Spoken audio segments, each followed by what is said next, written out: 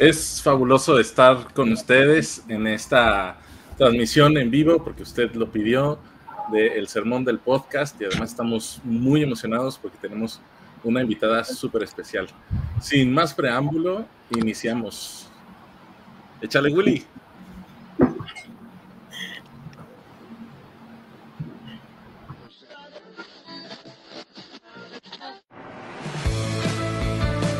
Te damos la bienvenida a El Sermón del Podcast, donde todos tienen un lugar. Así que toma un lugar con nosotros. Mientras conversamos sobre lo que Dios está haciendo en el mundo y cómo nos invita a participar en su obra.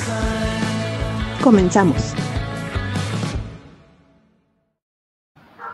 ¿Ya tomaron su lugar? ¿Ya están listos para compartir este tiempo? El día de hoy tenemos el privilegio de compartir este espacio con una apasionada de la palabra como instrumento para la transformación y de Jesús como presencia de Dios entre los seres humanos. Así nos comenta la pastora Ibeliz Valentín, desde Puerto Rico, quien es directora del programa de predicación y profesora de predicación y teología práctica en Palm Beach Atlantic University, en Florida, Estados Unidos. Es pastora titular de la Iglesia del Nazareno, Vida Abundante, en Puerto Rico, y pertenece a la facultad adjunta de varias universidades y seminarios en y fuera de Puerto Rico. Sus áreas de investigación son la predicación, la espiritualidad, artes y comunicación en el ministerio y la iglesia en la era digital. También nos comparte que sueña con una iglesia pertinente a las generaciones emergentes, una iglesia compasiva, amorosa y sin limitaciones ni condiciones para expresar el amor de Dios a toda la creación. Bienvenidos todos, bienvenida pastora, gracias por el privilegio de ocupar un lugar entre nosotros y conversar esta noche. Bueno, el privilegio es mío, ¿eh?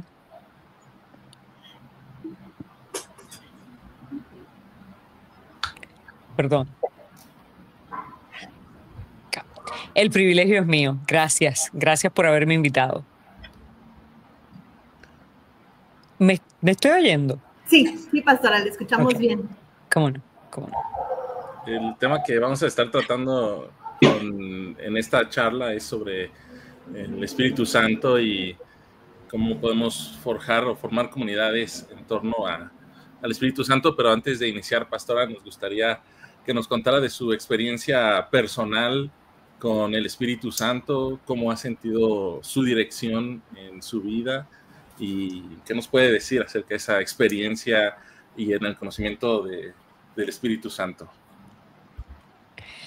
Mira, obviamente nosotros no somos de tradiciones cristianas extremadamente carismáticas, así que evidentemente pues nuestra tradición nazarena es una tradición que es muy balanceada en términos de nuestra manera de entender el obrar de Dios. Y el Espíritu Santo es la presencia de Dios en nuestra vida, no es nada mágico, no es nada sorprendente en ese sentido. Es Dios en nuestra vida, Dios en nuestro diario vivir, es Dios en nuestras acciones, es Dios guiándonos, es Dios en nuestro consuelo, es Dios en nuestro acompañamiento, es Dios en nuestra inspiración, todo. Dios es la presencia de Dios permanente, pero también nosotros sabemos que el Espíritu Santo es la presencia de Jesús. El que nosotros llamamos Espíritu Santo es el Espíritu de Jesús que se queda en medio de la iglesia, en medio de su pueblo, en medio de esos apóstoles y esos discípulos que en un momento dado se sintieron perdidos sin Jesús y Él les dice, no, el Padre les va a enviar el Espíritu y es el Espíritu de Él, es su presencia en medio nuestro. Por lo tanto, no es como, para mí nunca ha sido como esperar una manifestación diferente, nunca ha sido para mí la presencia del Espíritu esperar una cosa así como de truenos y relámpagos y algo que esté fuera de lo ordinario. Yo he visto el Espíritu de Dios obrar en mi vida en todos los aspectos. Desde momentos en los que uno sabe que lo que siente y que lo que está pasando en nuestra vida y que las intuiciones que nosotros tenemos provienen de Dios y van mucho más allá de lo que nuestra razón y nuestra mente y nuestro conocimiento pueda generar, hasta el silbo apacible, ¿verdad? Y también no solo el silbo apacible, pero también sí hay momentos de estruendo y sí hay momentos donde Dios se deja sentir de una manera poco usual, si lo podríamos decir así. Pero yo creo que Dios en mi vida y el Espíritu Santo ha sido más que nada esa presencia apacible, esa presencia constante, esa presencia que me permite de alguna manera poder percibir su voluntad, poder percibir también los caminos que Dios abre para mí, para mi familia, para mi iglesia, que son de Dios, y cuáles puertas no son de Dios, cuáles espacios no son de Dios. Y ahí, en ese sentido, sí, yo les puedo decir que pudiera ser algo fuera de lo ordinario, que pudiera ser algo extraordinario, pero sí, en el diario vivir Dios está. En ese cuadrilátero que los de tradición wesleyana utilizamos de balance entre la razón, de balance entre la experiencia, de balance entre la tradición de la iglesia, ¿verdad? Y de balance con la palabra. Ahí está el Espíritu de Dios. Ahí está el Espíritu de Dios obrando.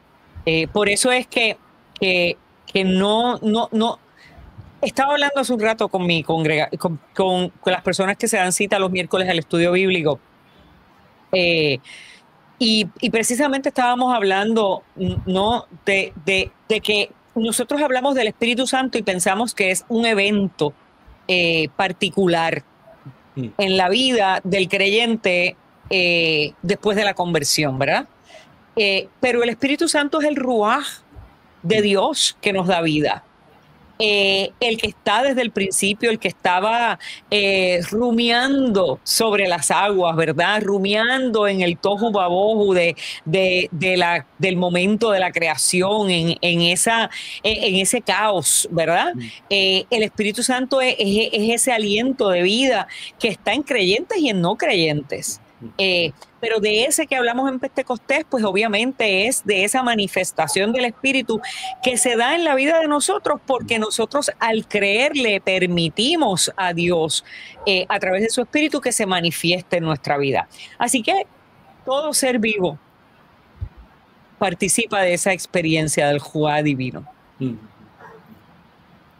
Uno de los temas recurrentes que hemos tenido en nuestras conversaciones es la idea de que a Dios lo vamos encontrando en el camino, ¿no? Que muchas veces por estar esperando esa manifestación del Espíritu, o sea, llámese las llamas de fuego o el silbo apacible, nos quedamos ahí sentados esperando a ver cuándo viene el Espíritu. Y creo que hemos concluido en nuestras reflexiones que hay que encontrar a Dios caminando, ¿no? Pero lo que usted menciona, como todos participamos del Ruach, y que es, como dice el Salmo, ¿no?, que da la vida a la creación. Creo que incluso lo que nos impulsa a caminar es el Espíritu, aunque en un principio quizás no lo podamos distinguir así de esa manera, ¿no? Hablando de la tradición wesleyana, Wesley decía que la gracia preveniente es ese pequeñito despertar, ¿no?, y que nadie llega al mundo sin una medida de la gracia de Dios. Yo creo que parte de la obra del Espíritu es impulsarnos a caminar, aun cuando tengamos que mirar hacia atrás para reconocer que ahí fue el momento en el cual el Espíritu me empezó a mover y tuve ese encuentro con Dios, pero desde antes ya está el motor que nos impulsa, ¿no? Es el viento que impulsa nuestras velas y que nos ayuda a surcar en medio del mar. Es el inicio, ¿no? Es la chispa que inicia todo el movimiento de la vida. Y si si la salvación consiste en restaurar la vida, pues es desde ahí donde empieza a operar la salvación, ¿no? Con el Espíritu Santo.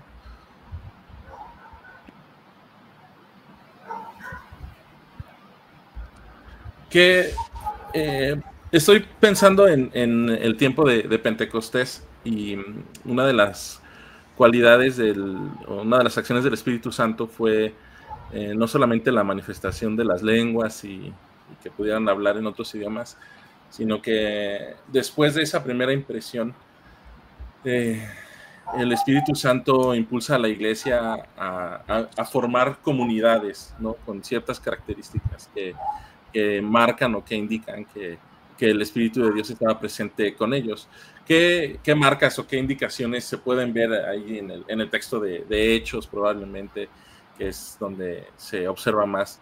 ¿Qué indicaciones hay de que el Espíritu Santo está formando una comunidad? Mira, te voy a hablar de Hechos, pero también te tengo que hablar de Juan. Porque hay unas características comunes en ambos, ¿verdad? Tenemos dos eventos de Pentecostés muy interesantes que pueden parecer contradictorios en alguna medida, porque uno es del Jesús resucitado, post-pascual, que está presente corporalmente y que nuevamente que sopla el Espíritu, ¿verdad? Santo, el Espíritu Santo, para investir a los discípulos de poder para testificar, ¿verdad? Para sacarlos del miedo y lanzarlos. Pero también en Juan hace una aseveración bien interesante, ¿verdad? No es solo investirlos de poder, es también tener una capacidad vicaria de parte de Dios de atar y desatar, de perdonar, e incluso hasta de no perdonar, ¿verdad? Eso es bien profundo lo que sucede ahí. Pero tanto en Juan como en los Hechos, el elemento común de esa comunidad que se gesta en el poder del Espíritu es la unidad. Entonces, es una comunidad que se gesta en la unidad de propósito, en la unanimidad, en ser unánimes, ¿no? En tener un mismo propósito, y en la unidad corporal, en la unidad física. Y eso es importante porque las dos cosas no son lo mismo. Se puede estar juntos, pero no unánime. Se puede estar juntos, pero no estar en el mismo propósito. Y entonces esas son las características particulares. Fíjate que para que se den estos dos eventos, tanto en Juan como en Lucas, Lucas, porque Lucas escribió Hechos, pero para que se dé este evento en los dos evangelios, tiene que haber presencia de todo el mundo. O sea, de todos los discípulos, de los hermanos de Jesús, de las mujeres discípulas también, de María, la madre de Jesús. O sea, hay un componente de vamos a llamarlo así, de liderazgo. Hay un componente de discípulos que han estado, que se han formado a los pies de Jesús, que son llamados a levantar esa nueva iglesia, ¿verdad? Esa asamblea de creyentes. No iglesia como nosotros la vemos hoy. Esa asamblea de creyentes que son seguidores de Jesús, los del camino, ¿verdad? Los testigos de la vida, de la obra, de los milagros de Jesús como el Cristo, ¿no? Entonces, yo creo que ese es uno de los retos y de los desafíos más grandes que tiene la iglesia de Dios. La iglesia de Jesucristo es permanecer juntos y unánimes también. En visión y propósito. Y misión, obviamente, ¿no? Así que para mí esas son las características más importantes. Y para mí son también los retos y los desafíos más importantes de la iglesia, que hemos visto que desde que la iglesia es iglesia, hemos estado experimentando las grandes divisiones de la iglesia, porque el protestantismo, ¿verdad? No es la primera división de la iglesia del este, la iglesia del oeste, la iglesia ortodoxa, ¿verdad? La iglesia ha vivido grandes cismas a través de la historia, y entonces ahora, ¿verdad? En el mundo contemporáneo, luego del gran evento de la Reforma Protestante del siglo XVI, hemos tenido demasiadas rupturas. Cada vez que una persona no está de acuerdo con su pastor o no está de acuerdo con sus líderes, con su denominación, con su concilio, pues tranquilamente se va y abre su propia iglesia y determina cuál es su doctrina, y punto, ¿no? Entonces, si usted me pregunta a mí, yo creo que ese no es esa no es la iglesia de los hechos. Esa no es la iglesia que se gesta en Juan tampoco, ¿verdad? Esa no es. Y no es porque en ese tipo de constitución de asamblea no hay ni unidad, ¿verdad? No hay gente junta en el mismo propósito. Hay personas con un espíritu de división, ¿verdad? Que lo que quieren es hacer su voluntad, sin consenso, ¿no? Y entonces eso a mí me preocupa mucho de la iglesia contemporánea.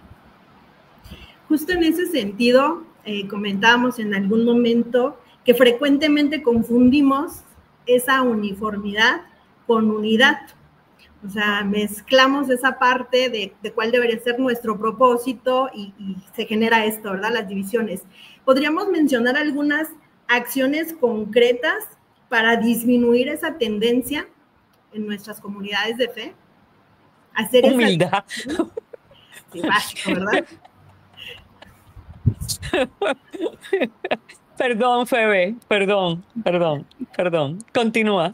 No, sí, sabemos, o sea, usted habla de este discipulado previo, ¿no? De estar formados a los pies de Jesús y aspirar a ser esa imagen de Él, ¿verdad? Alcanzar ese carácter, esa mente, y entonces ahí deberíamos estar llegando, ¿no? Llegando juntos a ese punto, ¿no? Llegando para compartir ese propósito. Sin embargo, parece que nos esforzamos mucho por alcanzar esa unidad y en ese esfuerzo terminamos forzando esa línea, ¿verdad? Y entonces empezamos a dividir, a hacer justamente lo contrario. Entonces tendría que ser básicamente esto, el discipulado, esa búsqueda de el parecernos a Jesús. Mira, evidentemente el cristiano, el creyente, y si lo vamos a definir desde una perspectiva nazarena o una perspectiva wesleyana, tenemos que hablar de la santidad, pero ¿qué es la santidad? La santidad realmente es imitar a Jesús en el amor. Cualquier otra cosa es hablar de más. Imitar a Jesús en el amor, pues evidentemente eso es vivir una vida de santidad. Porque cuando tú imitas a Jesús en el amor, todo cae por su propio peso. O sea, las cosas pasan naturalmente, o sea, pasan dentro de la voluntad de Dios, ¿verdad? Pasan dentro de las expectativas de Dios. Y ahí, básicamente, si pudiéramos hacer eso, si pudiéramos vivir de esa manera, tendríamos menos problemas. Yo creo que esa es la acción concreta principal en la vida del creyente para alcanzar el que la iglesia sea verdaderamente el cuerpo de Cristo en esta tierra. Y evidentemente hay una cosa que es importantísima en el Pentecostés, y es el respeto de la diversidad. Porque unidad y también unanimidad no quiere decir que todos vamos a ser iguales. ¿Okay? Unanimidad, unidad no es que la iglesia es homogénea. no es que perdemos identidad propia, ¿verdad? No lo es. Y la maravilla de Pentecostés es el contraste con las lenguas en la Torre de Babel. ¿Qué es lo que precisamente ocasiona el que Dios no permita que, ¿verdad?, ellos continúen la construcción de la torre?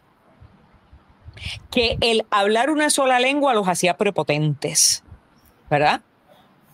Hablar una sola lengua les daba un poder extraordinario, ¿verdad? Ese ser homogéneo de esa civilización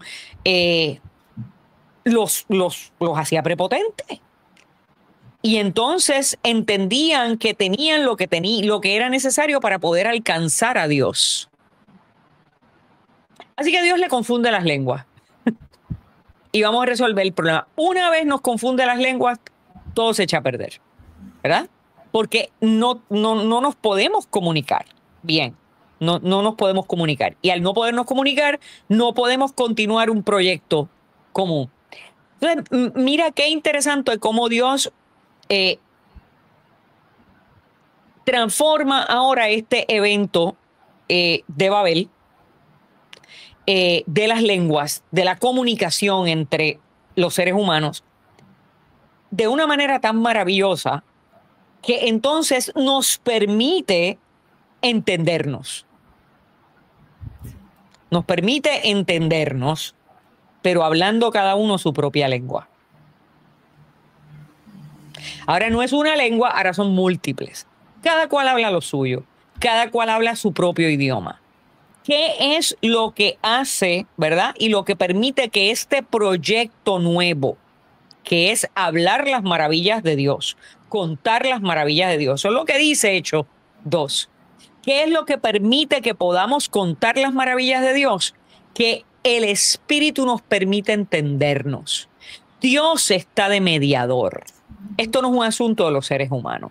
Dios es el mediador de esa comprensión. Y Dios es el que nos provee, no el lenguaje es el nuestro. Dios nos provee la capacidad de entendernos para poder contar sus maravillas. Esto tiene propósito. Esto no es para llegar al cielo. Perdónenme, llegar al cielo era la torre que estaban construyendo en Babel. Nosotros no hablamos, no contamos las maravillas de Dios para llegar al cielo. Las contamos para que los demás personas, hombres y mujeres de toda nación, puedan conocer el Dios que nos ha visitado y el Dios que nos ha sanado y el Dios que nos ha transformado y el Dios que nos ha redimido con su presencia en medio nuestro y que además ha decidido quedarse a través del Espíritu Santo, ¿verdad? El Espíritu Santo en Pentecostés se hace ese mediador porque, hermanos míos, si nos deja a nosotros solos, volvemos a Babel. Ahí podríamos entrar en el tema de que el Dios políglota, que es toda lengua, toda nación, donde todos desde sus lentes o desde la mirada, desde su cultura, buscamos, ¿no? Y ahí es donde el Espíritu Santo puede hacer eso, esa comunidad, ¿no? Esa comunidad de creyentes que van en pro del resucitado, siguiendo al resucitado, pero desde ahí, o sea, porque a veces nosotros hemos aprendido como, esta es la línea, este es el camino, y al final creo que tenemos que ir muy bien en el entendido, ¿no? De reconocernos como Dios nos ha llamado, como nos ha hecho, pero desde ahí salir, ¿no? Si para Babel fue cortar la unidad de la lengua o del lenguaje, en el Pentecostés es esa diversidad, ¿no? En donde se puede o podemos palpar precisamente la universalidad de la salvación, también desde ese momento. Cuando la gente es gentiles, ya no hay hombre, ya no hay mujer, ya no hay esclavo, ya no hay libre, entonces todos tienen esa opción. Cuando en su momento decíamos, todos los que entren en esta cajita tienen el derecho a. Ahora, esa caja se rompe, ¿no? Ya esa caja se rompe y nos permite reconocer en esa variedad de colores, de sabor. Ya no solo hay un tono, una tonalidad entre el negro y el blanco, ¿no? Ya hay un abanico de colores que nos permite fijarnos en alguno de ellos. Y eso creo que a veces nos cuesta mucho trabajo abrirnos a reconocer el mover del espíritu desde ahí, porque también nosotros queremos marcarle un camino y queremos ponerlo a él en una cajita. Y entonces tenemos que a veces reaprender y cortar o romper esas cajas, ¿no? Definitivamente. A mí, uno de mis relatos, bueno, yo siempre digo esto, ese es uno de mis relatos favoritos. Cada vez que predico digo, este es uno de mis textos favoritos. Siempre me cojo diciendo lo mismo. Pero a mí me gusta mucho y he trabajado mucho este texto de los Hechos como una parábola del reino de Dios. Hay unos autores biblistas que nos presentan la alternativa de ver,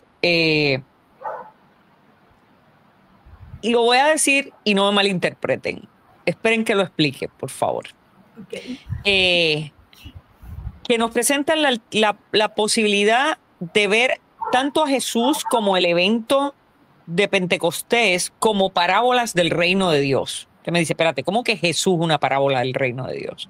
La vida de Jesús como una parábola del reino. Esto no quiere decir que Jesús sea una metáfora, que la vida de Jesús sea un cuento, que la vida de Jesús sea una leyenda, que la vida de Jesús sea mítica.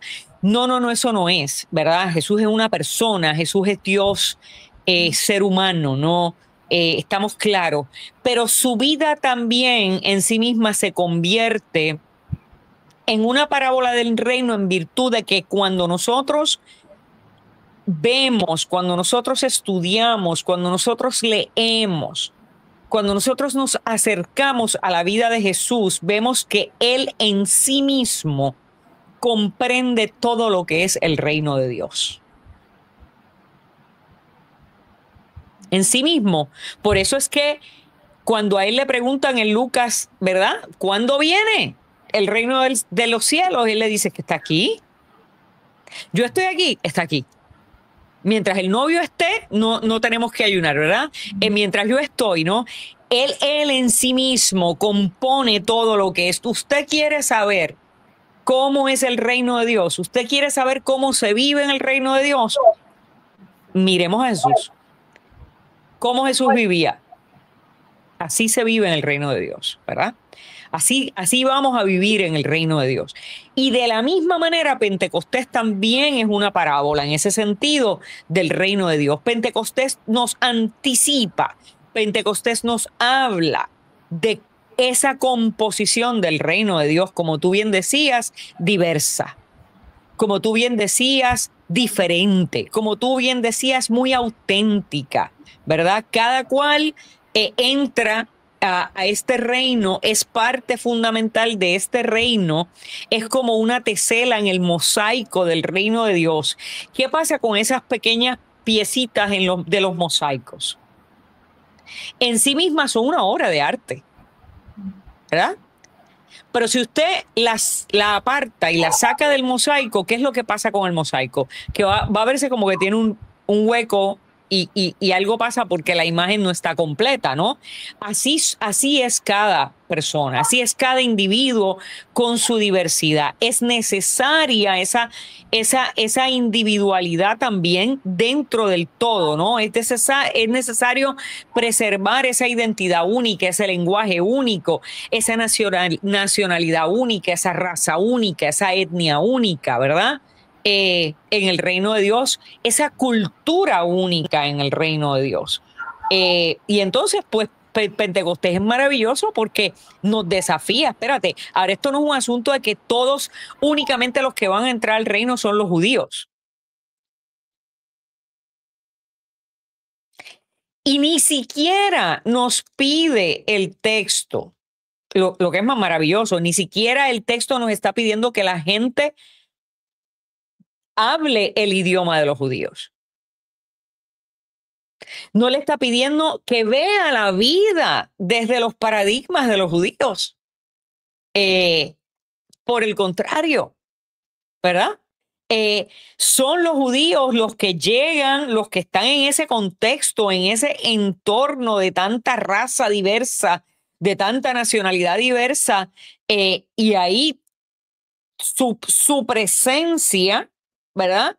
Hace que el Espíritu Santo se manifieste, su presencia incluso desde la voluntad de hacer la obra del Señor, de llevarla a cabo. Ya estos son unos discípulos que han recibido varios llamados de Dios. ¿Para qué?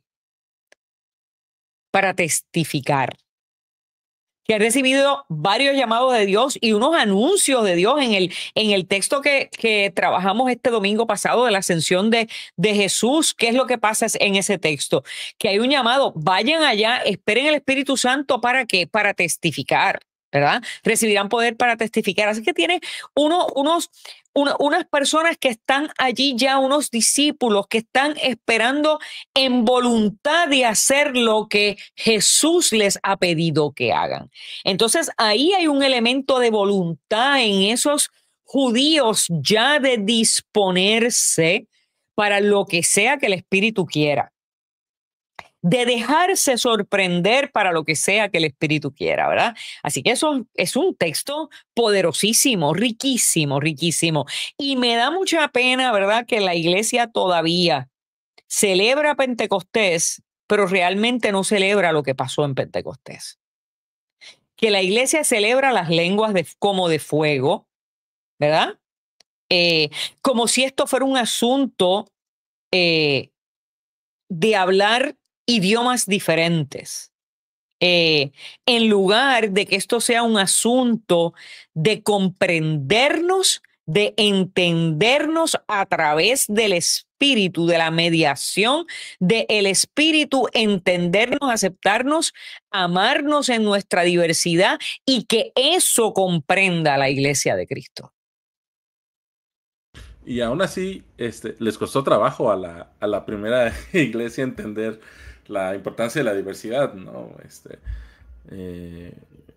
Pedro necesitaba esa visión antes del lienzo bajando con los animales para después poder ir con Cornelio.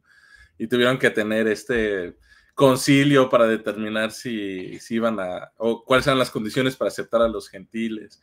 Y después Pedro y Pablo tienen una discusión sobre este asunto, ¿no? De que Pedro seguía juntándose con los judíos. Y mencionábamos el texto donde dice que no hay en Cristo varón ni mujer, bárbaro ni escita, y todo ello judío ni griego.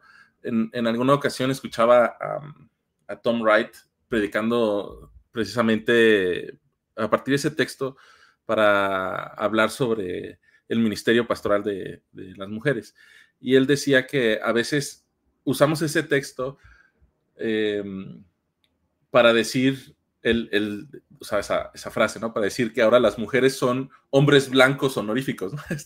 Permitimos que las mujeres sean hombres blancos honoríficos para que puedan predicar. O traduciéndolo a lo que estamos hablando, ¿no? Ahora nosotros aceptamos que los bautistas sean nazarenos honoríficos, ¿no? Para que entren en nuestra iglesia, o que los presbiterianos entren en nuestra iglesia. Y así, y con esto un poco quiero regresar a algo que mencionaba Pastora. Estas divisiones que se han creado a partir del año 1000, con la separación entre el Oriente y el Occidente, y en 1500, y todo lo que ha venido ahora. Al final de cuentas, muchas de estas divisiones fueron por temas políticos, ¿no? Y temas de lucha del poder y todo eso. Quiero pensar que en algún momento hubo un genuino, no quiero pensar, casi estoy convencido que en algún momento sí hubo un genuino convencimiento de que la senda por la cual uno estaba recorriendo era la senda del Espíritu, y que eso implicaba separarse en algún momento, ¿no? Pienso en Martín Lutero, pienso en Juan Wesley, que probablemente no estaban buscando una separación de sus iglesias, pero que sentían que el Espíritu lo estaba conduciendo en una senda que la iglesia ya no iba por el mismo camino, y había que hacer esa separación. ¿Cómo podemos admitir esas diferencias de pensamiento, de incluso interpretación de la Biblia, de doctrinales, si se quiere, y al mismo tiempo seguir buscando esta unidad de la iglesia, porque a mí me pesa mucho cuando hay creyentes que les cuesta mucho pensar que tengamos que dialogar como creyentes evangélicos. Ya no hablemos de los católicos, ya mucho menos de los ortodoxos, ¿verdad? Se ve como si se estuviera traicionando las convicciones propias, las convicciones doctrinales, cuando en realidad negarnos, creo yo, a ese acercamiento, a pesar de nuestras diferencias doctrinales, estamos más bien negando la última petición de Jesucristo, ¿no? En Juan 17. Pero ¿cómo podemos navegar esas diferencias? Tenemos que admitir un poco de todo en nuestra teología, tenemos que hacer compromisos, tenemos que ceder a ciertas cosas, o hay otra vía que tal vez no hemos alcanzado a ver que nos permita decir, somos una iglesia que piensa distinto, que sus miembros piensan distinto unos de otros, y qué sería lo que nos une en realidad, entonces. Mira, si me desvío y no llego a tu respuesta, me vuelves a... Así platicamos siempre, pastora, no se preocupe. Okay. Lo que pasa es que necesito mencionar algo, porque me encanta que hayas mencionado, que hayas dicho que, por ejemplo, tanto Martín Lutero como Wesley no pretendieron necesariamente dividir la iglesia, pero se dieron cuenta que iban en un camino, ¿verdad? Que ya ¿verdad? No había manera de reconciliar eso. Es que ni Jesús, ni Lutero, ni Wesley, por mencionar tres, en este caso fueron los que dividieron la iglesia. Quien fue intransigente fue la iglesia. Quien fue intransigente fue el judaísmo. Jesús ni siquiera formó una iglesia. Jesús formó un movimiento de seguidores, ¿verdad? Dentro del judaísmo, ¿verdad? Es la institución la que se vuelve rígida. Es la institución la que se fosiliza. Y es la institución la que, una vez es retada y desafiada por el espíritu, porque ciertamente estas personas vienen con el poder del espíritu. Mira, vamos a empezar por Jesús. Y vamos a mantenernos en el Jesús de Lucas, que es el Jesús de Lucas y Hechos, ¿verdad? Lucas permanentemente, todo el tiempo, consistentemente, nos presenta el Jesús que es movido por el Espíritu. ¿Ok? Y nos presenta entonces una iglesia que es constituida por el Espíritu, ¿verdad? Es el Espíritu el que mueve las reformas y los cambios. Es el Espíritu el que nos mueve y nos reta y nos desafía cuando nos fosilizamos, sobre todo cuando institucionalizamos a Dios, ¿verdad? Y cuando eso sucede, lo que sucede es que es la institución la que no permite el diálogo. Es la institución la que los echa. Ninguna de esas personas que tú me has mencionado se fueron, quisieron irse. Es la institución la que los echa, ¿verdad? Es la institución la que echó a Jesús. Fue la institución la que echó a la comunidad juanina de sus sinagogas y los persiguió para matarlos. Es la institución la que nos echa, ¿verdad? Por lo menos en estos grandes movimientos de fe movidos por el Espíritu. Entonces, ¿cuál es la diferencia ahora? Ahora la diferencia es que hay unos movimientos pequeños donde sí son personas que se van. Y yo creo que una gran pregunta que nosotros nos podemos hacer para que nos ayude a discernir si un movimiento es del espíritu o es un movimiento del espíritu de la persona, es si es alguien que divide la iglesia por sí misma, esta persona, me voy porque las cosas no son como yo creo que son, o si es una persona que la iglesia echó.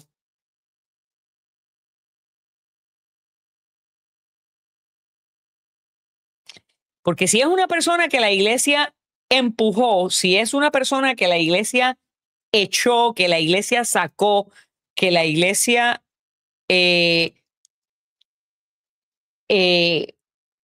no fue capaz de entrar en diálogo con él o con ella para...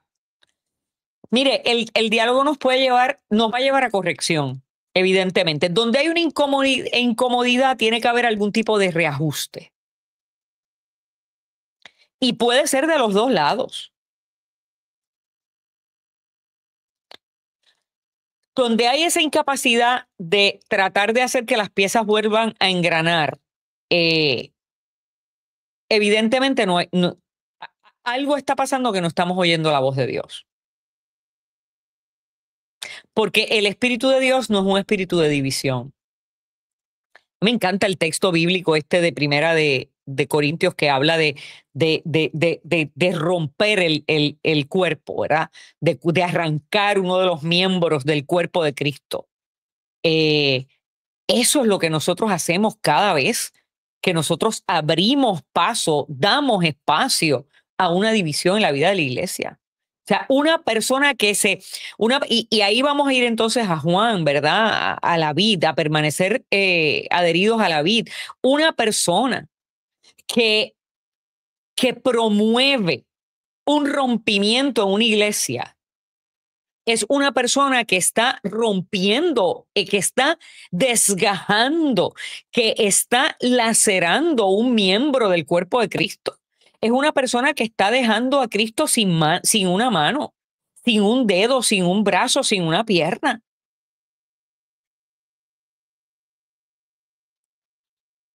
Pero cuando la iglesia lo hace, también la iglesia está cerrando sus oídos al espíritu de diálogo, al espíritu de consenso, al espíritu de transformación, ¿verdad? Miren, hay 4 evangelios y los 4 evangelios son diferentes. Y yo no sé si te estoy contestando la pregunta porque yo creo que ya yo me fui en un viaje. Ahora me Y surge esos otra pregunta. y esos 4 evangelios responden a 4 comunidades diferentes. Responden a 4 personas con una perspectiva diferente. O sea, si aquí donde yo estoy estuvieran 3 personas más o 4 personas más, uno me estaría viendo de la derecha, uno me estaría viendo de la izquierda, uno me estaría viendo de atrás, uno me estaría viendo al frente. Son 4 perspectivas distintas. El que no me vea la cara tiene, ¿verdad? El que esté en un ángulo donde no vea mis facciones, ¿verdad? Donde no vea mis gestos, donde no vea mis ojos, le va a faltar una información. Va a hablar de lo que escucha, pero no de lo que ve. Todos tenemos, entonces, esa visión de conjunto de las perspectivas es la que hace la totalidad de la historia. Es la que crea la totalidad de la historia en su diversidad. Es la que habla a nuestros momentos vitales, ¿verdad? A nuestras necesidades particulares. Habrá un momento en tu vida que tú necesites a Juan, habrá un momento en tu vida que tú necesites a Lucas, habrá un momento que necesites a Marcos, o sea, y entonces, si a Dios le ha placido validar esa realidad contextual, ¿por qué a nosotros no? Y ahí lo que se juega es el poder. Ahí lo que se juega es el poder. Porque para que haya poder tiene que haber unidad. Porque para que haya poder tiene que estar todo el mundo sujeto Y este tipo de unidad, no me refiero de unidad de propósito y unanimidad. Esta puede ser una unidad, por ejemplo, como la Pax Romana, que era una unidad impuesta, ¿verdad? Tiene que haber gente sujeta, tiene que haber gente que responda o que camine en la misma línea, que vaya hacia el mismo lugar, aunque sean personas sin criterio propio, ¿verdad? Entonces, muchas veces las religiones lo que hacen es que se cierran o sea, no se cierran, sino que hacen que la gente se cierre a la capacidad crítica, ¿verdad? De diálogo y de incluso ver el texto desde una perspectiva crítica. El texto hay que retarlo también. El texto le encanta que nosotros tengamos ese diálogo con él.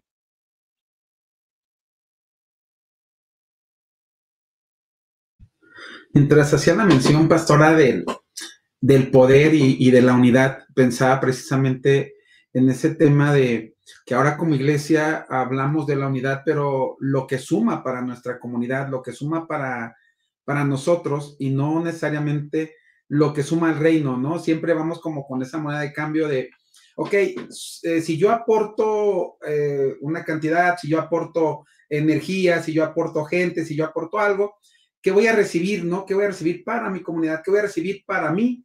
Y no pienso la pregunta, o no pienso en el hecho de, si yo me sumo, ¿cuánto aporto al reino, no? ¿A cuánto voy? Y entonces creo que ahí también es cuando la comunidad empieza a verse como eso, no solamente como pequeñas islas, sino en lo general del mover del espíritu a través de toda la diversidad, ¿no? Y se me hace muy interesante porque es algo, o son pensamientos con los que hemos crecido, ¿no? O sea, por ejemplo, ahorita, ok, ¿qué beneficio voy a obtener de esta charla, ¿no? Nosotros. Vamos a tener los followers, vamos a tener likes, no sé, lo demás.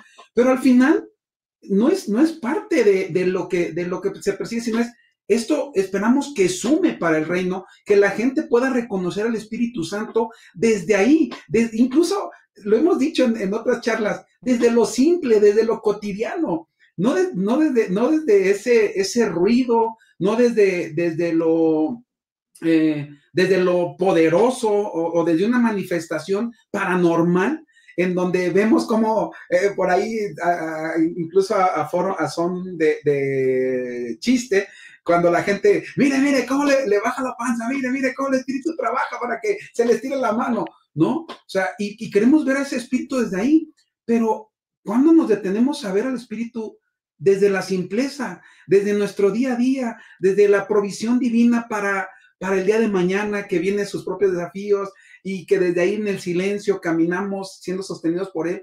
Y entonces podemos ver no solamente esa parte portentosa de la manifestación del Espíritu Santo, sino desde esa simpleza de nuestras vidas, que a veces nosotros caminamos por la vida, pastora, sintiendo que no tenemos el poder del Espíritu Santo porque ni nosotros mismos nos sentimos empoderados, ¿no? O sea, teniendo vidas simples, teniendo trabajos simples o sencillos, no sé, y desde ahí decimos, bueno, ¿y cuál es la forma en la que el Espíritu Santo nos da? Esa es la forma, ¿no?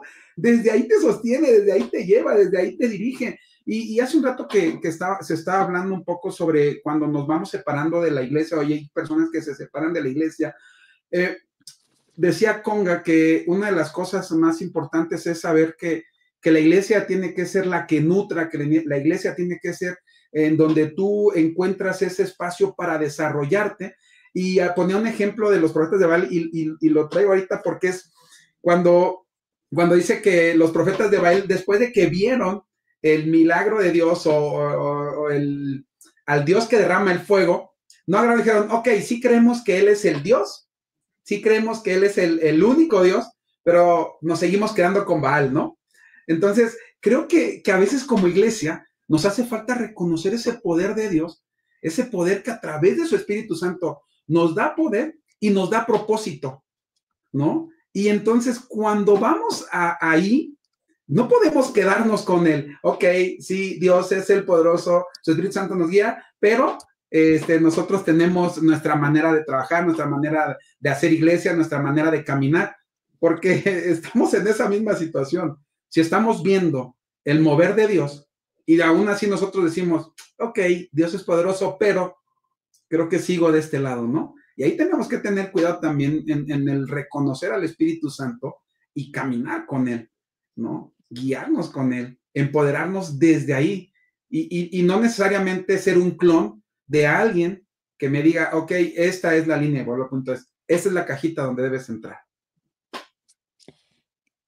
Mira, eso que estás diciendo es bien importante y sobre todo, y me va a llevar un poquito al principio, a la primera pregunta que me hizo Lemuel, que me quedé pensando que no sé si me había hecho explicar, pero creo que tú lo has explicado mejor que yo.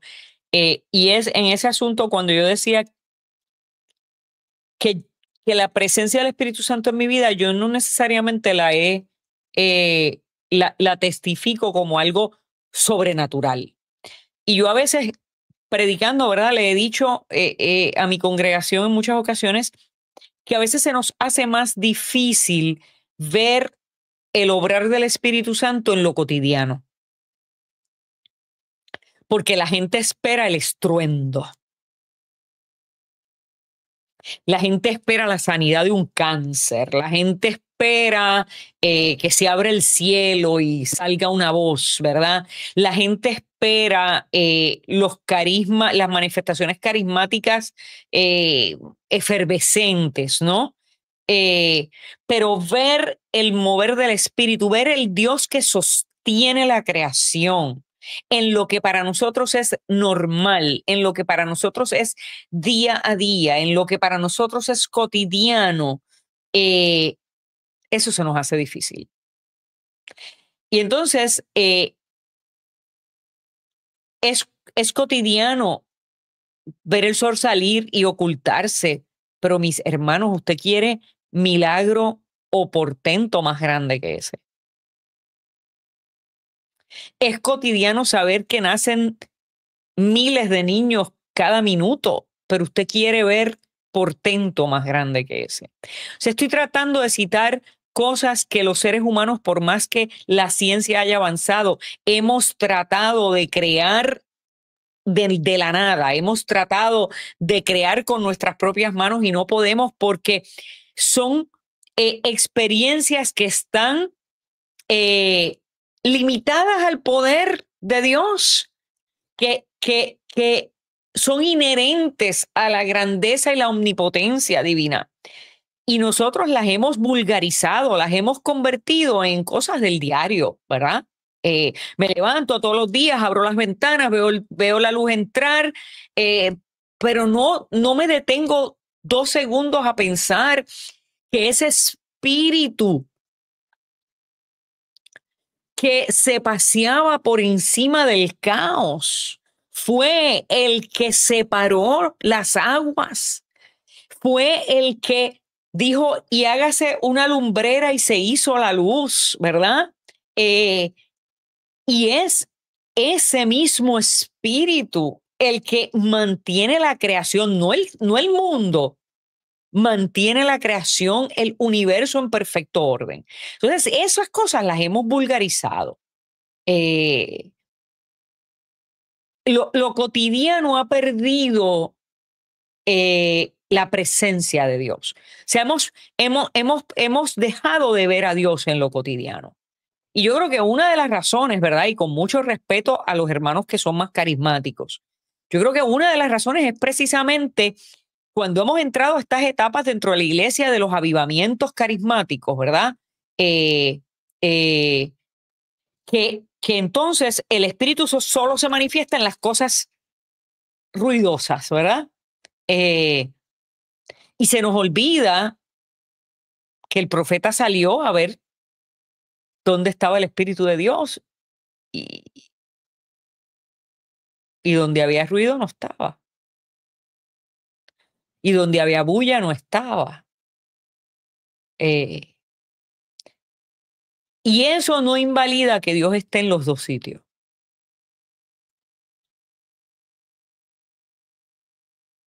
Entonces, la iglesia tiene que aprender a reconocer que Dios está en los dos lugares, que Dios obra en los dos lugares, que Dios se manifiesta en los dos espacios, en los dos, en los tres, en los 15, en los 20 espacios, infinitamente, en nuestra realidad contextual, en quienes somos. Mira, te voy a contar una historia. En mis primeros años de práctica ministerial,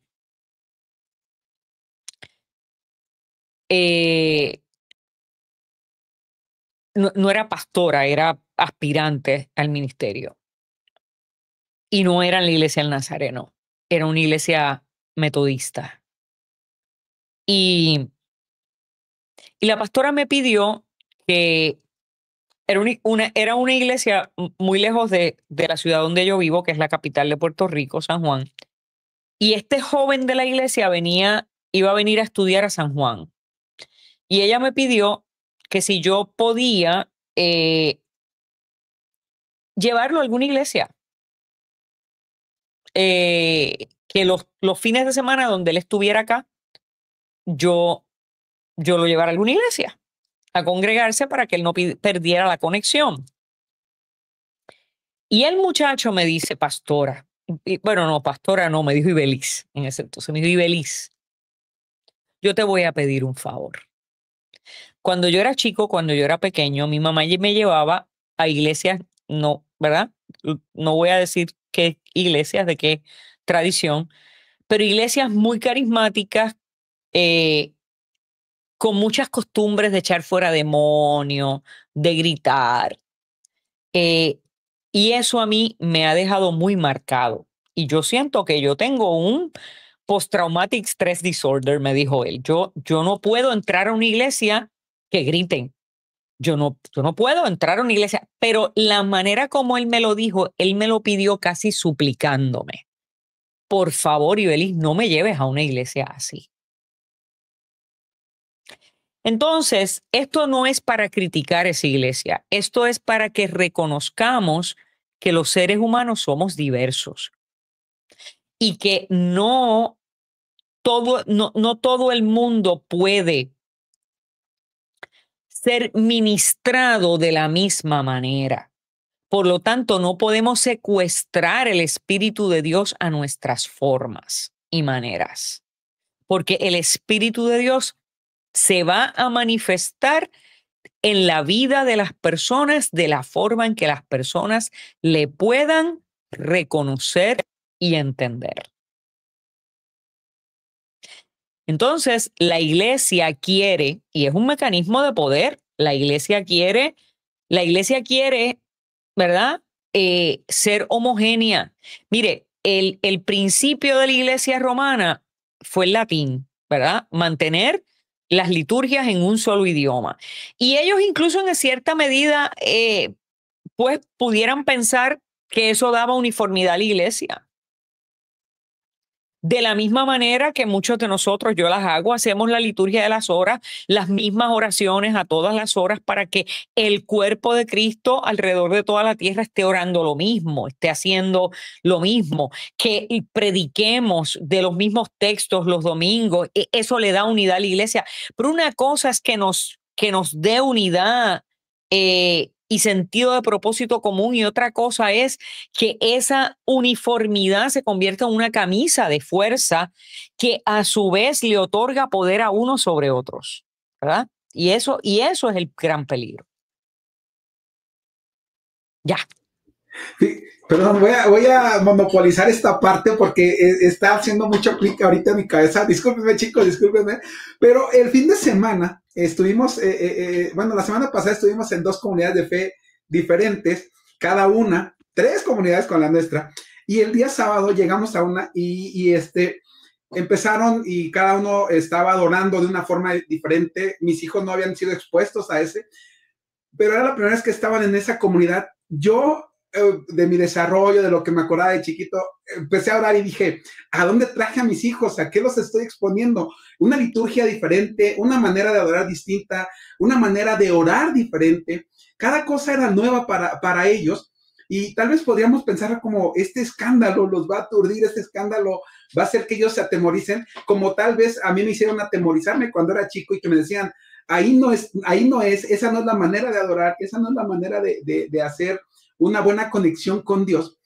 Y al finalizar el evento, pastora, amigos, el hijo mayor nos abrazó en una oración y dijo, qué lindo es haber escuchado la palabra de Dios y ver cómo Dios está obrando en favor de nosotros, ¿no?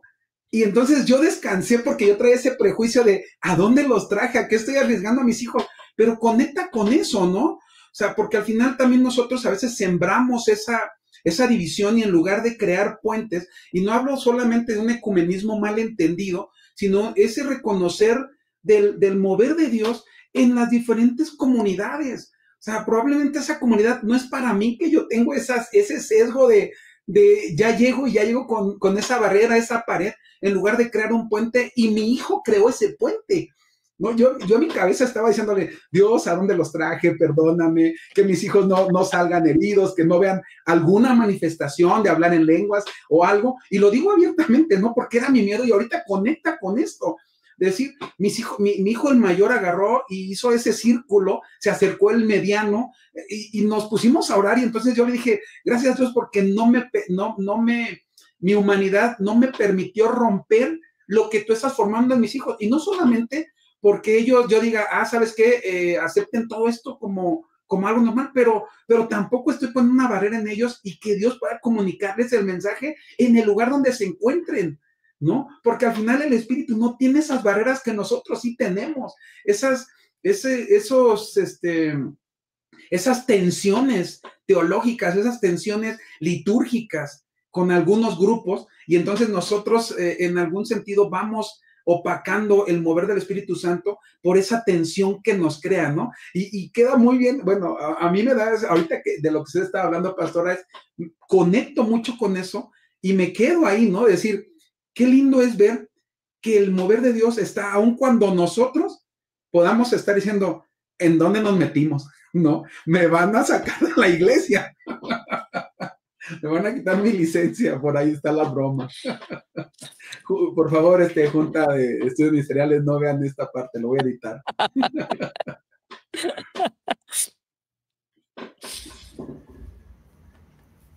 Yo quisiera, Febe, pastora, a ver. Ok, Lemuel, adelante. Ajá, gracias. Usted es muy reconocida, o al menos en redes sociales, por su práctica de la espiritualidad, y lo mencionaba Febe en la introducción. Yo quiero hacerle una pregunta doble de dos partes. La primera, bueno, es una pregunta que tiene tal vez dos respuestas. ¿Cómo podemos practicar la espiritualidad para lograr esa unidad, unanimidad, propósito en la iglesia en dos sentidos? Nosotros bromeamos mucho entre nosotros de las licencias y que nos van a quitar y que hay que tener cuidado. Yo de manera personal tengo un respeto profundo por mi denominación nazarena. Creo que es el lugar donde Dios me trajo, donde crecí, y la amo en todos los sentidos. En alguna ocasión un pastor decía, conozco sus errores, conozco sus defectos y puedo criticarla porque la amo, ¿no? Y yo sé que, como hablan en términos generales, una institución religiosa, la que sea, corre ese peligro del cual ya hemos hablado, ¿no? De volverse autoritaria, impositiva, etc. ¿Cómo podemos como institución, qué tenemos que hacer como instituciones para romper esa tentación, para vencer esa tentación, ¿no? De imponer una uniformidad, una línea de pensamiento exclusiva, excluyente, y que busquemos la verdadera unidad de propósito? Y por otro sentido, porque nos están escuchando gente que no es necesariamente parte del cuerpo ministerial de la Iglesia Nazarena o de cualquier otra institución teológica o religiosa, ¿cómo podemos en la vida cotidiana, la gente de a pie, en nuestro diario vivir, cultivar esa espiritualidad que nos permita formar esas comunidades unidas en propósito, en unanimidad? Creo que la misma pregunta, pero en dos sentidos. Y si usted tiene miedo de que le quiten sus órdenes, no conteste la primera. te preocupes. Qué bien. Bueno, yo no qué tengo bien, miedo, qué ¿eh? bien. No tengo miedo. Mira,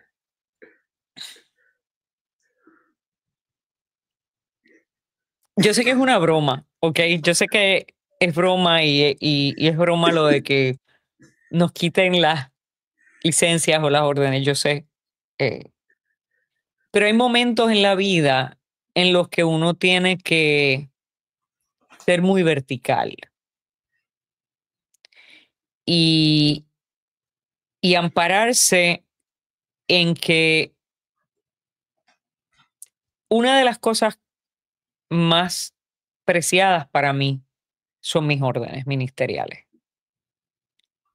Pero mis órdenes no pueden ser más importantes que Dios. Mis órdenes ministeriales no son mi Dios, no son mi ídolo. Por eso, y no son más importantes que el llamado de Dios.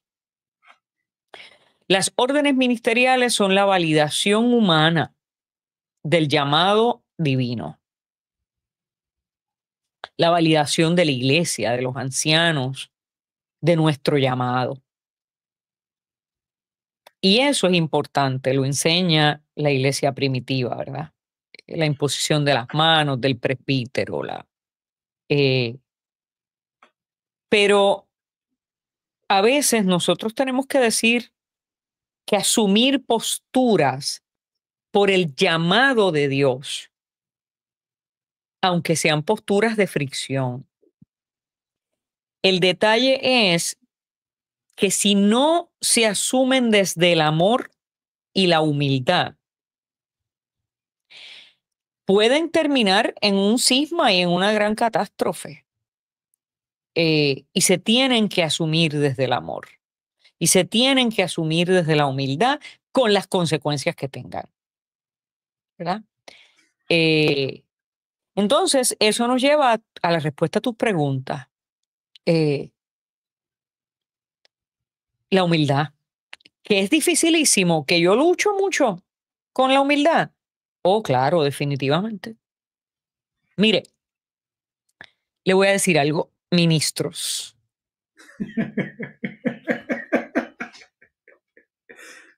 No hay cosa que atente más contra la humildad que el púlpito. Porque el púlpito es un lugar de poder.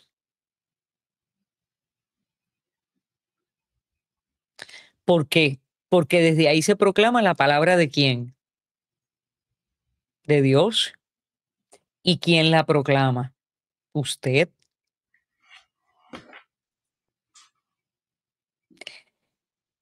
Y si usted no tiene los pies bien puestos en la tierra y la congregación también, usted se convierte en el Dios de la congregación. Por eso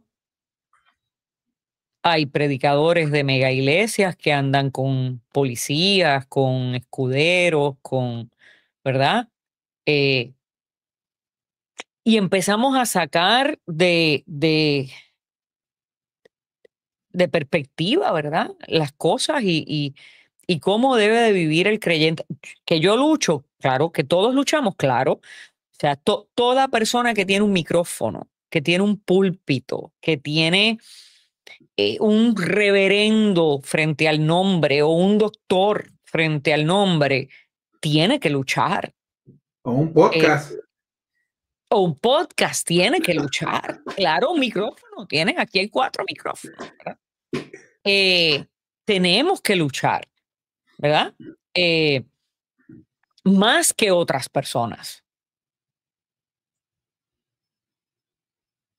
Tengo un amigo que cantaba una canción, tenía un amigo, él falleció, hizo muy famosa en Puerto Rico una canción que decía: mi lucha no es con nadie, sino conmigo mismo, con mi materia terrena. Y no recuerdo el resto. mi lucha no es con nadie, sino conmigo mismo. ¿Verdad?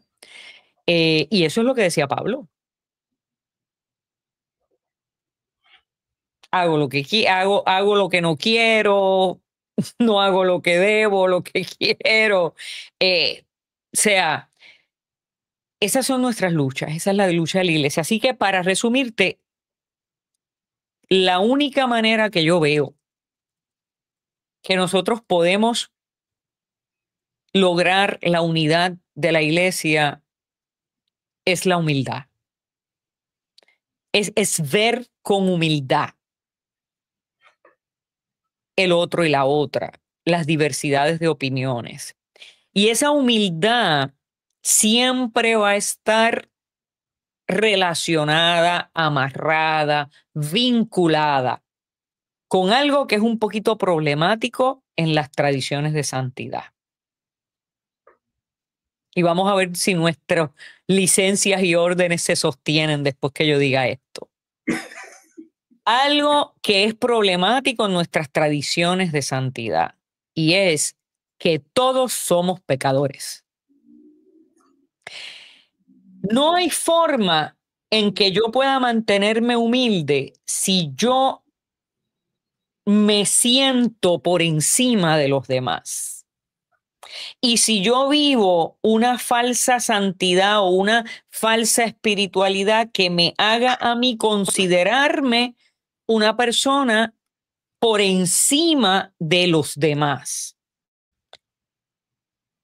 Yo me tengo que ver ontológicamente pecadora. O sea, yo me tengo que reconocer pecadora por naturaleza. Redimida, definitivamente. Pero redimida ¿por qué? En virtud de Cristo. Por el poder de Cristo. Por la sangre de Cristo. Por la santidad vicaria que recibimos a través del Espíritu Santo. ¿Verdad? Pero si eso no está aquí claro, y si no está clarito que mientras estemos en esta configuración, cargamos el gen del pecado, no vamos nunca a poder tener la humildad que se necesita para mantenernos unidos.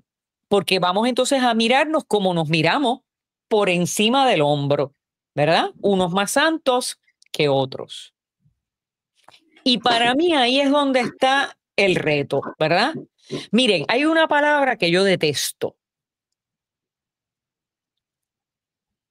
que es tolerancia. Porque tolerancia, si está mal definida, proviene desde el lugar de privilegio. Yo estoy bien y te soporto. ¿Ve? Entonces, eso no es un verdadero diálogo ecuménico, eso no es una verdadera conversación, ¿verdad? Entre cristianos. No, mire, la realidad es que todos nosotros estamos muy lejos de ser una iglesia perfecta. Porque no, eso no va a existir hasta que Cristo venga, ¿verdad? Y en ese momento ya no va a necesitarse tampoco la iglesia en la configuración humana de una institución religiosa, ¿verdad? Así que tal vez yo me requedé en lo mismo, pero yo creo que si no hay conciencia de pecado, conciencia de redención y humildad para asumir la persona que somos en Cristo, redimida por gracia, única y exclusivamente como un don divino, inmerecido, no vamos a llegar muy lejos.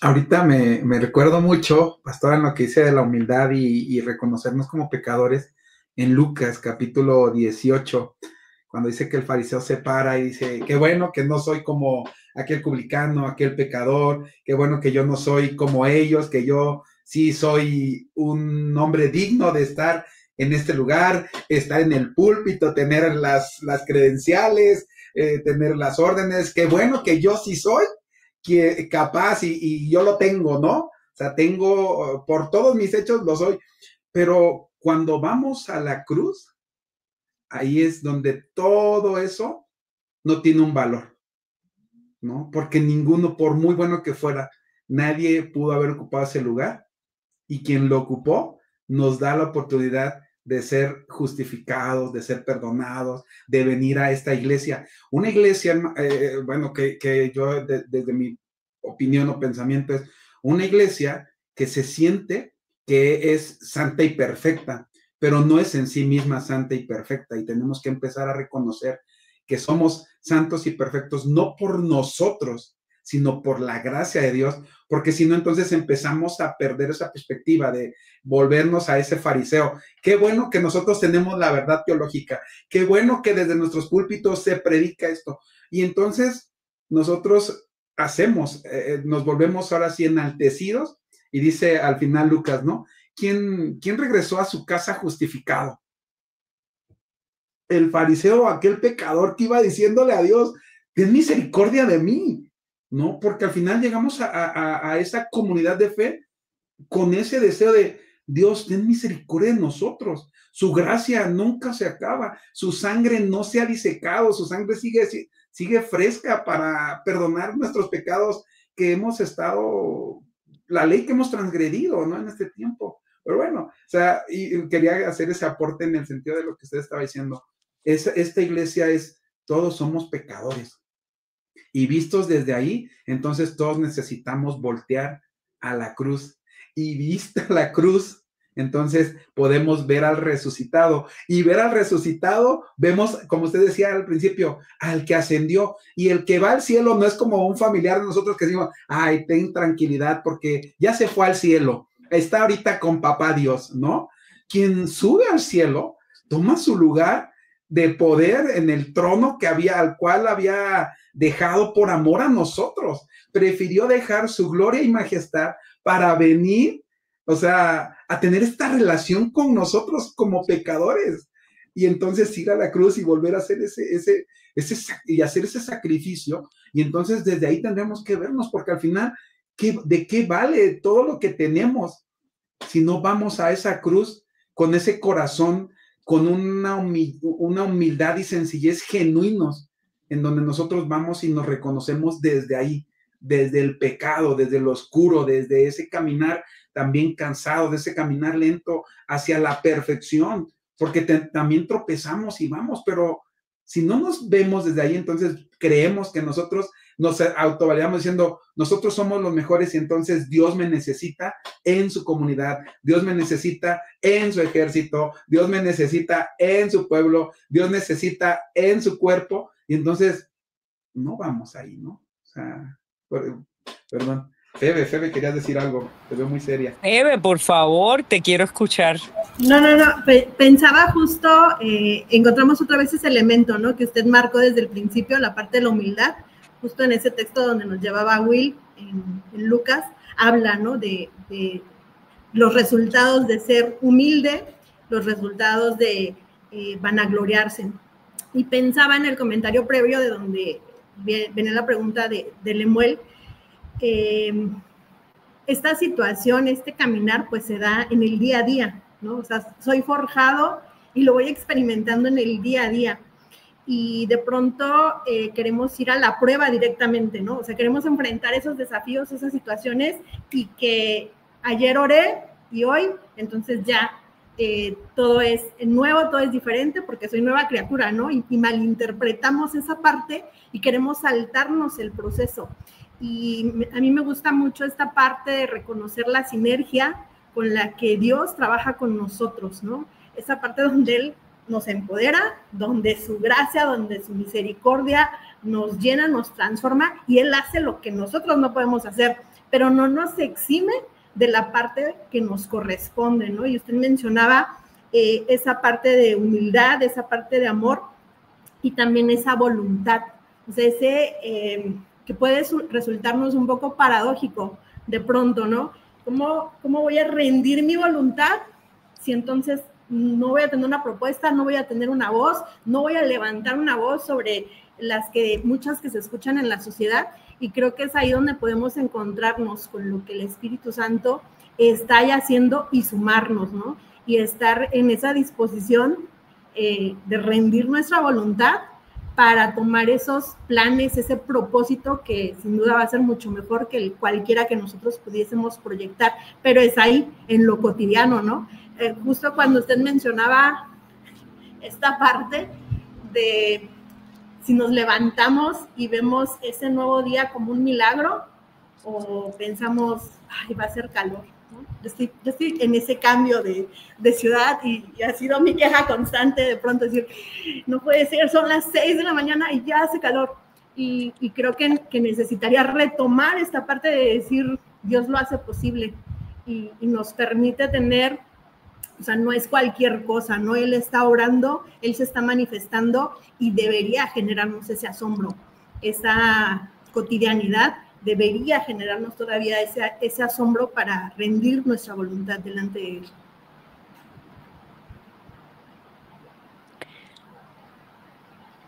Lemuel, me habías hecho una pregunta con relación a la espiritualidad, ¿no?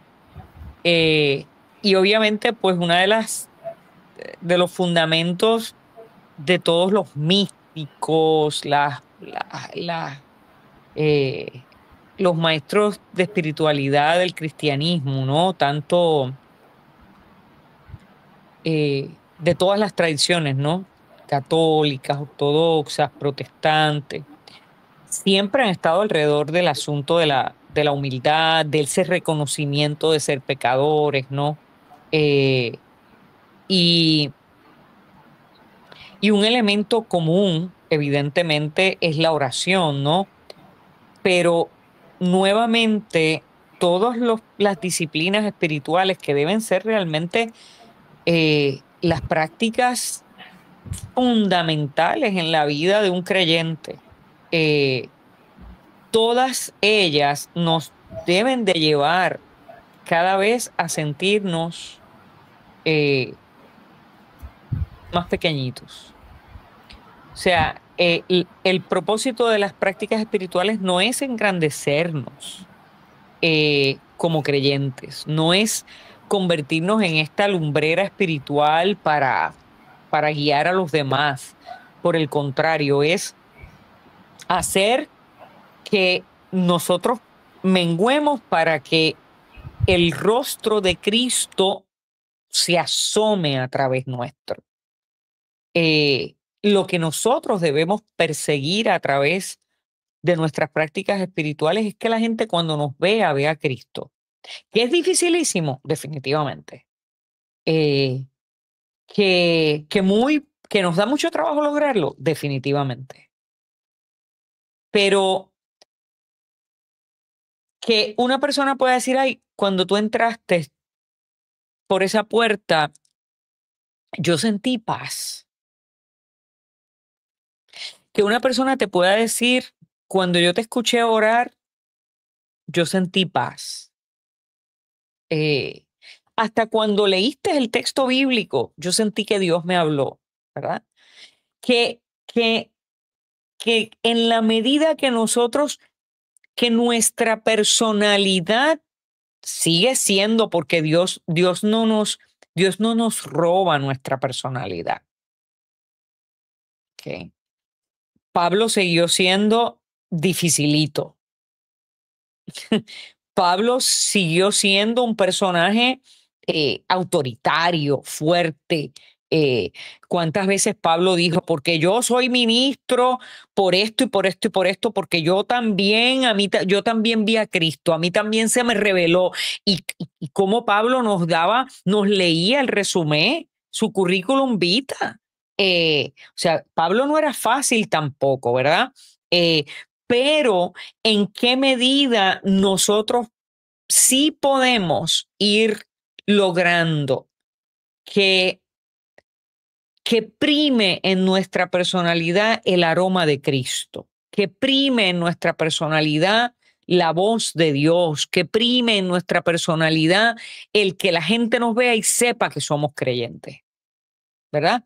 Sepa que somos cristianos. O sea, eso es encarnar lo que decía Juan el Bautista.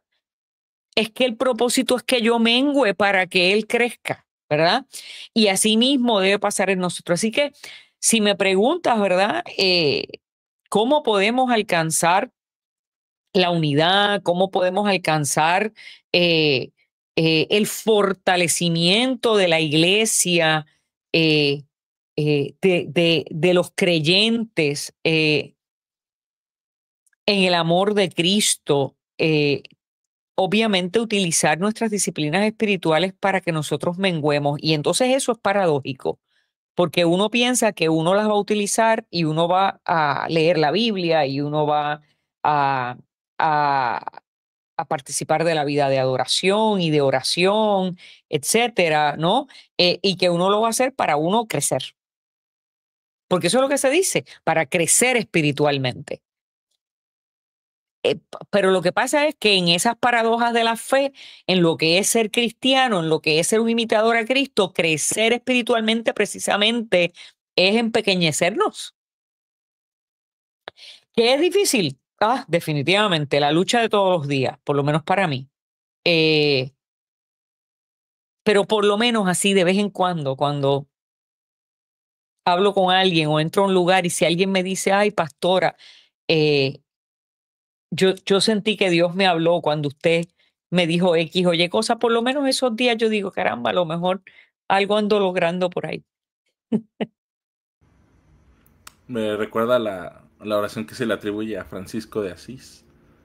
Señor, hazme un instrumento de tu paz. Donde haya odio, lleve yo tu amor. Donde haya ofensa, tu perdón, Señor. Donde haya duda, lleve yo la fe. Hazme un instrumento de tu paz. Donde haya desesperación, lleve esperanza. Donde haya oscuridad, lleve tu luz. Donde haya tristeza, lleve tu alegría. Maestro, ayúdame a buscar, nunca ser consolado, sino consolar. Querer ser entendido, sino entender. Ser amado, sino amar. Porque es dando que se recibe, perdonando que se es perdonado, muriendo que se resucita a la vida eterna. Amén. ¿Y qué les parece si con esta nota vamos concluyendo? No sé si quieran compartir algunos pensamientos finales para cerrar. Allá en Puerto Rico ya casi suenan las 12 campanadas y no queremos que se desvele la pastora, pero no sé, me gustaría escuchar qué piensan. Dijiste la hora y la pastora salió del en vivo. Tal vez allá sí hay un toque de queda con el internet. Esperamos a ver si retoma. Qué linda charla, creo que muy edificante para cada uno de nosotros. Y espero que para los que nos han seguido también pueda ser esa luz y ese abrazo de Dios para cada uno de ustedes, así como lo es para nosotros. Podernos reconocer como pecadores, pero también poder reconocernos como esas vasijas que Dios usa, esos instrumentos de Dios en medio de nuestra vida tan oscura, de tantos altibajos, y que hoy podamos ver al Espíritu Santo, como lo hemos dicho, y creo que lo vamos a repetir. Ya regresó la pastora.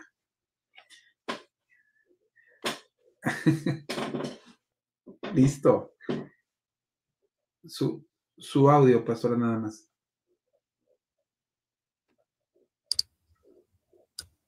Mencionaste lo de las 12 campanadas y me fui. Ya. Pero bueno, gracias a Dios que está. Pastora, si quiere tener unas palabras para ir cerrando este tiempo de conversatorio, en el cual, pues, antes de terminar y que cada uno tome su tiempo, pues queremos agradecerle infinitamente por el tiempo que ha tomado para compartir no solamente con nosotros esta charla, sino con la gente que nos va a ver, la gente que lo verá después y que nos puede dar, precisamente les decía hace un rato, que nos puede dar ese abrazo, esa pincelada por parte de Dios diciendo, vamos, aquí está mi espíritu para todos y cada uno de ustedes, desde desde su cultura, desde la cosmovisión que ustedes tienen, desde su entorno, y yo derramo mi espíritu sobre ustedes, ¿no? Entonces, pastora, gracias por compartir este tiempo con nosotros, y bueno, le damos este tiempo también si quiere ir cerrando con algo que para usted sea como más, algo que quiera dejarnos ya para reflexionar. Mira, Lemuel, tú cerraste magistralmente, ¿verdad? Con esa oración atribuida a San Francisco. Yo creo que es importante para estos tiempos que estamos viviendo, de mucha guerra, ¿verdad? El mundo está dando como un retroceso tan terrible, ¿no? A guerras, a prepotencia, genocidios, eso puede ser el tema de otro podcast. Me apunto. Y entonces, pero mientras leías a Francisco, recordé una letanía. Me van a matar ustedes, pero es corta. Recordé una letanía que aprendí, no de memoria, pero aprendí hace un tiempo y la quiero compartir con ustedes. Se llama las letanías de la humildad. Y dicen de esta manera: Jesús manso y humilde de corazón, óyeme.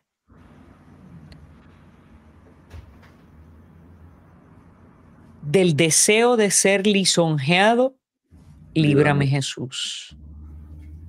Del deseo de ser alabado, líbrame Jesús. Del deseo de ser honrado, líbrame Jesús. Del deseo de ser aplaudida, líbrame Jesús. Del deseo de ser preferido a otros, líbrame Jesús. Del deseo de ser consultada, líbrame Jesús. Del deseo de ser aceptada, líbrame Jesús. Del deseo de ser humillado, del temor de ser humillado, líbrame Jesús.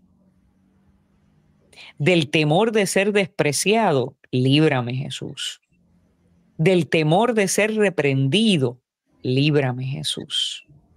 Del temor de ser calumniado, líbrame Jesús. Del temor de ser olvidado, líbrame Jesús. Del temor de ser puesto en ridículo, líbrame Jesús. Del temor de ser injuriado, líbrame Jesús. Del temor de ser juzgado con malicia, líbrame Jesús. Que otros sean más amados que yo. Jesús, dame la gracia de desearlo. Que otros sean más estimados que yo. Jesús, dame la gracia de desearlo. Que otros crezcan en la opinión del mundo y yo me eclipse. Jesús, dame la gracia de desearlo. Que otros sean alabados y de mí no se haga caso. Jesús, dame la gracia de desearlo. Que otros sean empleados en cargos y a mí se me juzgue inútil. Jesús, dame la gracia de desearlo. Que otros sean preferidos a mí en todo. Jesús, dame la gracia de desearlo. Que los demás sean más santos que yo, con tal de que yo sea todo lo santo que pueda. Jesús, dame la gracia de desearlo. Oremos. Oh Jesús, que siendo Dios te humillaste hasta la muerte y muerte de cruz, para ser ejemplo perenne que confunda nuestro orgullo y amor propio, concédenos la gracia de aprender a practicar tu ejemplo, para que humillándonos como corresponde a nuestra miseria aquí en la tierra, podamos ser ensalzados hasta gozar eternamente de ti en el cielo. Amén.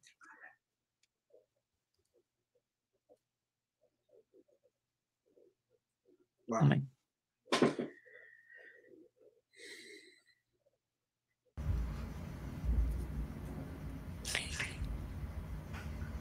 No hay más que decir.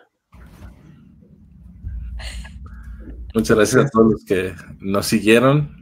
Esperamos verles y también conozcan el trabajo de la pastora Ibeliz. Hay unos artículos buenísimos de mucha bendición para la iglesia. Febe, despídenos.